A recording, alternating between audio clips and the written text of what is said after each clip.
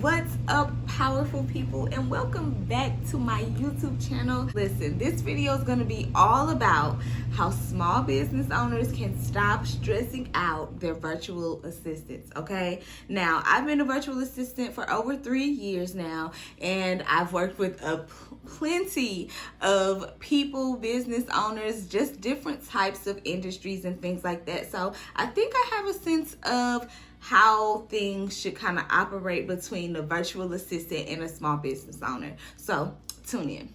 Small business owners should be clear on the job roles and procedures. So that means when you're hiring a virtual assistant, and it can be a different type of virtual assistant, they're not all the same, right? It's in a different video.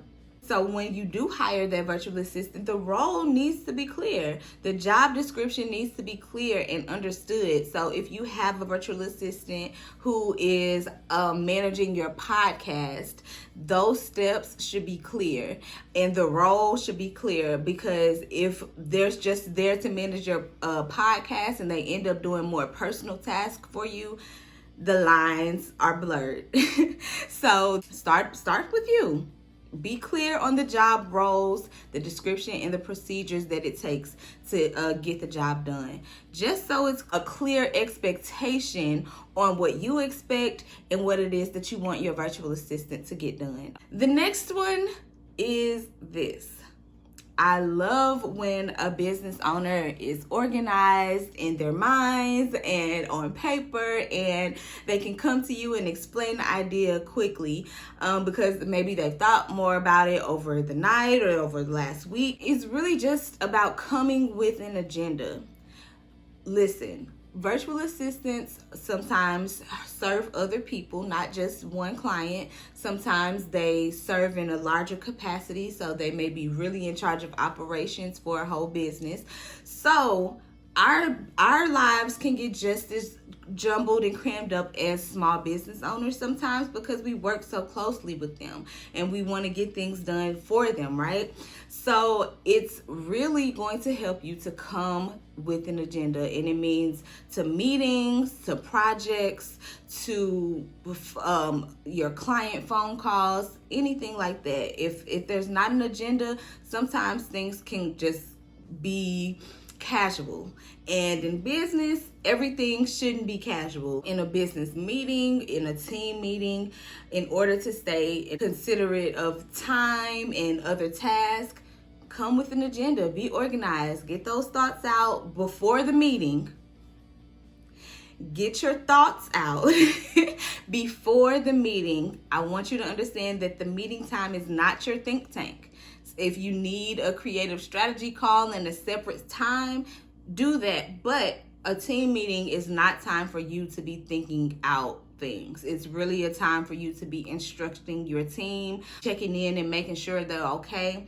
That's what I mean by coming with an agenda. Make sure you come with those things that need to get addressed for the week, priorities for your team. Anything else can be communicated in team messaging board or some sort. The next suggestion would be to limit calls, texts, and emails. If they're not your actual personal assistant, then if you follow the other suggestions, it's gonna be easier for you if you have have hours of operation, not just for you, not just for the business, but for your team, right? So if you're open from 9 to 5 in your business, that's fine. Low-key, your team should be operating in those same hours. So you shouldn't be texting them after hours. You shouldn't really be calling them. If you are organized enough and the agenda is already laid and set out, then there's no need to call.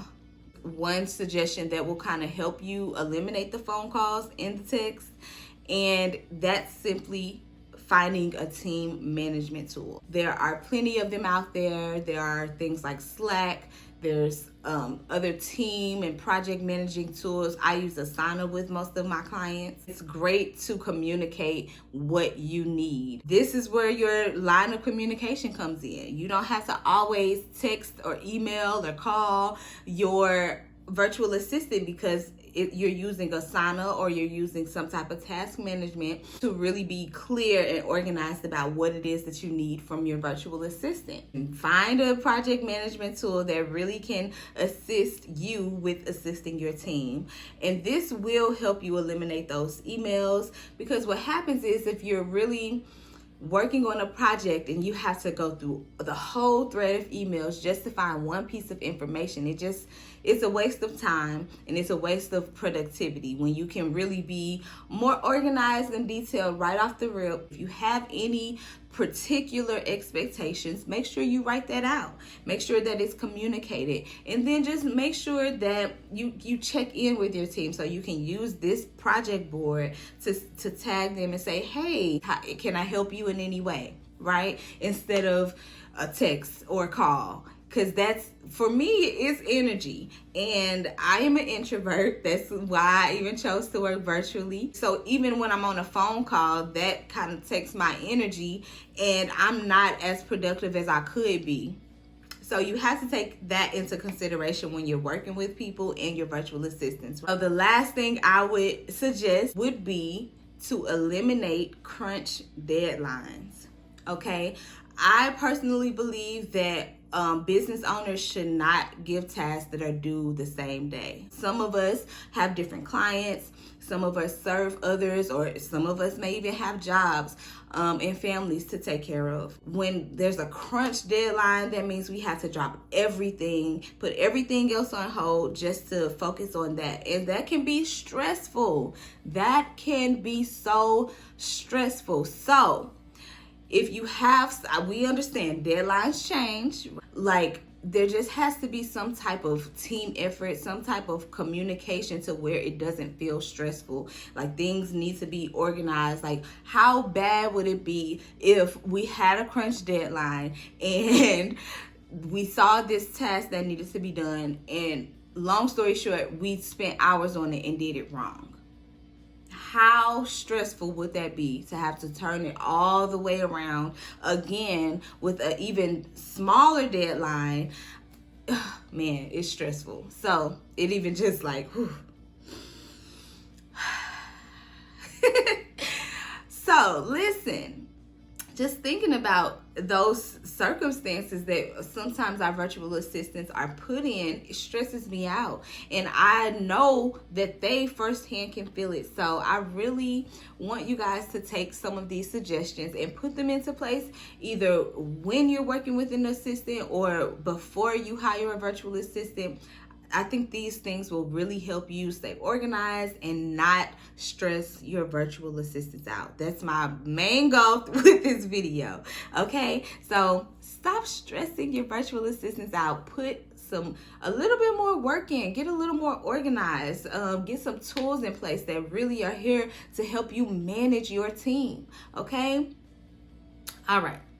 So that's all I got for that video. I hope this was helpful. If it was, make sure you share it with someone else who may need it. And listen, if you are stuck in a place where you just don't understand how you can delegate tasks better or even find a great virtual assistant to meet your needs, reach out. I have a ton of services that can help you meet your goals, meet your needs of execution, and really bridge the gap between you and your virtual assistant. So if that sounds like you and you need some assistance, click the link in my bio or in the description, and we'll see what we can do with you, okay? All right, until next time, bye.